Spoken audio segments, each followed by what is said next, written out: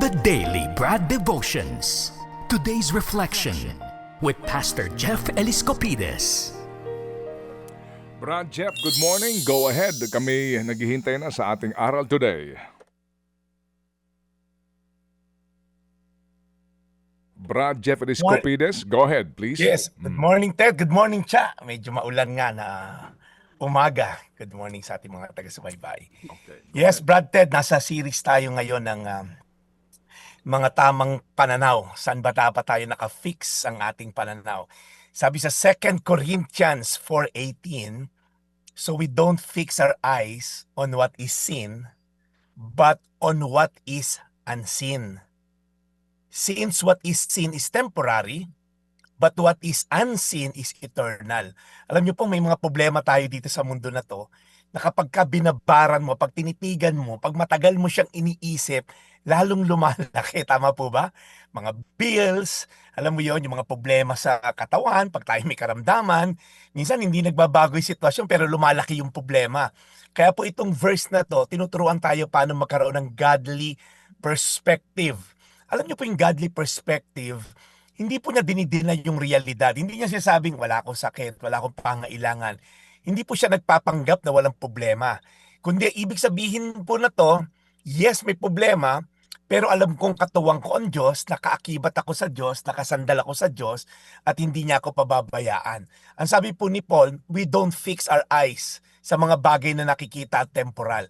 Kasi nga po, yung nakikita natin ngayon, mga temporal, pera na kailangan nating bunuin, mga bahay na lagi i-maintain, yung cellphone na lagi mong hawak, yung panghihina ng katawan, pagkalugi sa negosyo.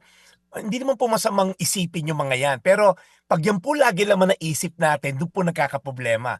Pag tinignan niyo po yung mga bagay na eternal o mga unseen, yung presensya ng Diyos, mga promises of God, yung character niya, yung faithfulness niya, yung grasya niya, yung pag-asa na meron tayo. Pag nakita niyo po ito, pag nakita natin kulang resources, dapat makita natin faithful ang Diyos mag-provide. Pag nakikita lang natin walang business opportunity, baka po may redirection lang si God, nilalayo tayo sa future problem.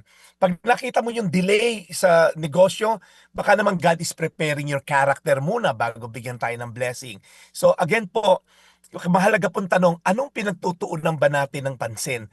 Ano yung kondisyon ng isipan natin? Kaya minsan nagbuburyong tayo, baka puro po problema na sa isip natin, nakalimutan na natin na may Diyos na laging sumusubaybay sa atin. Again po, tandaan natin, hindi laging binabago ng Diyos ang sitwasyon natin. Minsan, inuuna niyang baguhin yung pananaw natin, kasi po pag tama ang perspective, tama rin po ang response natin. Kaya ngayong araw na to, bago tayo magpanik, pray muna tayo. Bago tayo magreklamo, alalahanin muna natin yung faithfulness ni Lord in the past. At bago ka sumuko, kumapit tayo dahil ang Diyos, hindi tayo pababayaan. 2 Corinthians 4:18, so we don't fix our eyes on what is seen, but on what is unseen. Since what is seen is temporary, but what is unseen is eternal. Tayo manalangin, Panginoon, salamat po dahil ngayon sa kabila ng traffic, ng ulan, sa kabila ng mga gusot dito sa bansa namin, alam namin, Lord, na may pag-asa pa. Otherwise, Lord, magiging hopeless kami at magiging cynical at wala na lang, bahala na kay sera-sera.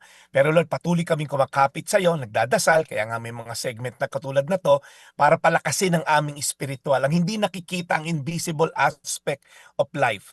And salamat Lord sa pag-asang binibigay mo sa amin kahit tila bagang lumiliit. Alam namin ikay malaking Diyos sa pangalan ni Jesus. Amen. Amen. Salamat Panginoon sa mensaheng ito at aral na amin napakinggan. Bless us all this morning and grant us the discernment ngayong mga panahong ito. In Jesus' name we pray. Amen. Thank you, Brad Jeff. Discernment and understanding in everything today. Discernment. Lalo na Yes. sa mga nandidiyampot na iipit sa matinding traffic. Yes, Brad Ted, isa na ako doon dahil tayo merong hearing sa Senate. Datingan, ano? Meron tayong pastoral duty. Yan. Sige. Alright, salamat na marami, Brad. We'll see you tomorrow and Godspeed. Good luck sa iyo today. Thank you. Sige, brother, ito po yung Daily Brad, your daily dose of inspiration. Serving the people, Brad Jeff Eliscopides sa ating The Daily Brad. Mga kapatid, patuloy po kayong tumutok sa 105.9 True FM para sa totoong balita, impormasyon, music and entertainment. Mag-subscribe sa aming YouTube channel at podcast at sundan nyo kami sa Facebook, Instagram, X at TikTok sa True Network PH. Bisitahin din po ang aming official website, truefm.ph. At panoorin din kami sa True TV Signal, Channel 19. Kami po ang 105.9 True FM. Laging true sa'yo, kapatid.